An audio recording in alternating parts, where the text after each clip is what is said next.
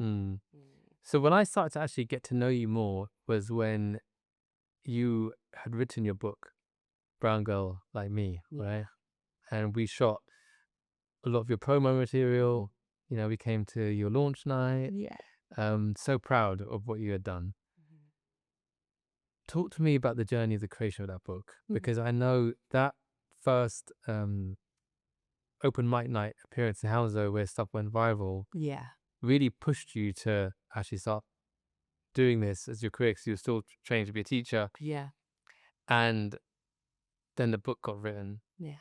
And that in itself was a journey for you in many different ways, wasn't it? Because you were handling different parts of your life all at the same time. So Yeah. talk to me about that time. No, absolutely. That the book kind of was born out of this feeling of there had not been a book for me growing up on how to navigate all these different parts of being a South Asian woman, all those intersectional parts of our identity, everything from mental health to body image to relationships to growing up in a digital age. There was nothing for us growing up, and that was still the case back then. And this was when I was teaching, and I was teaching in schools that had a high demographic of South Asian girls and would see the same thing I was seeing almost 10, 15 years ago of they were really lacking a confidence in themselves. They weren't sure of their place in the world. Academically, they were doing really well, but there was such a lack of confidence in who they were. And that just kind of triggered me to really push and write this book. And I spoke to lots of amazing South Asian women from across the country, from a range of different demographics and different ages, and collated all those stories into this incredible book. And it is my first book baby. It's the one I'm so proud of. And we wanted it to reach as many people as possible, as many communities as possible, not just the South Asian community. We did this whole book tour, university tour. And thankfully, it had a lot of the impact I was hoping for. But there was a lot of interesting conversations that came out after the book, especially when we're going to those community events and those book tour events. And I'd speak to women, but I'd speak to a lot of the men that would show up and turn up. And they would say they would relate to so many topics in the book. And they said that it was a great toolkit for how they can be better allies to the women in their lives and the partners in their lives, and how they can do better. But a lot of them made a really important statement of the fact that they wish they had a book like that too Mm.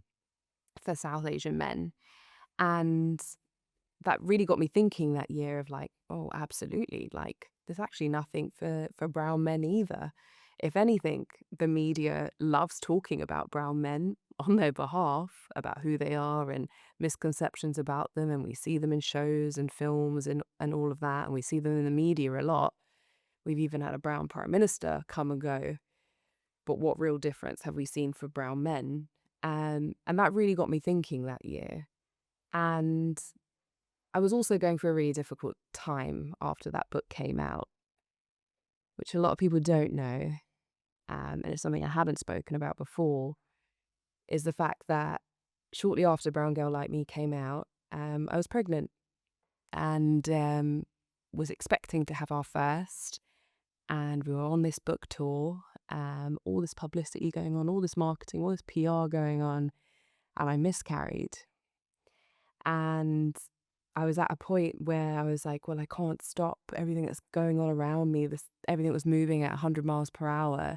And I just had to, at that point, just hold it all in, go through the process of what was happening to me physically, but mentally kind of put it on hold to continue all this work for this book publicity, because that work was so important for me.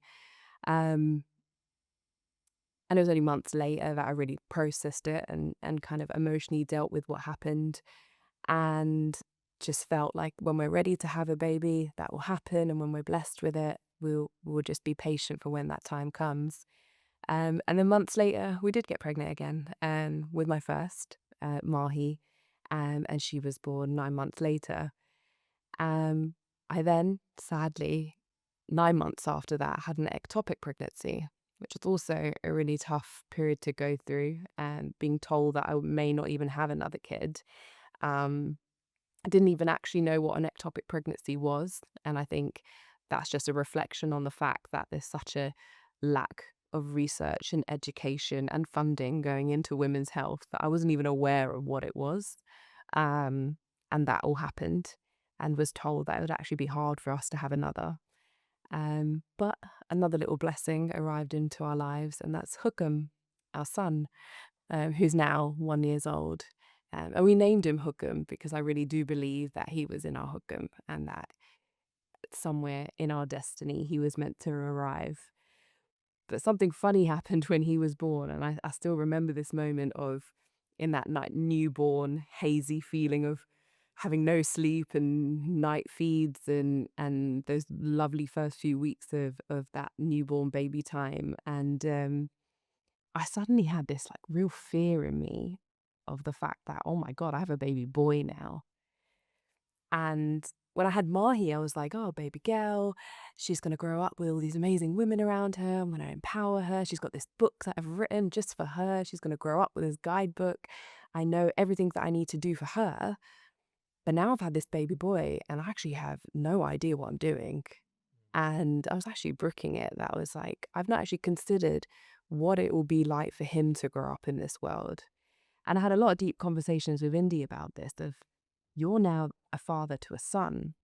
It's very different being a father to a daughter. And I think he took a lot of time navigating that and getting his head around what that will mean because he's not got any sisters. He's got cousins that he grew up with, but that was the first uh, little girl he's now going to be around. And then now he's going to be a father to a young boy and what that also means about what role model he's going to be to that little boy, who I've got to be as a mother for that little boy. And I guess that's where a new book birth happened of wanting to write Brown Girl Like Me. And I think that's where I'm at now.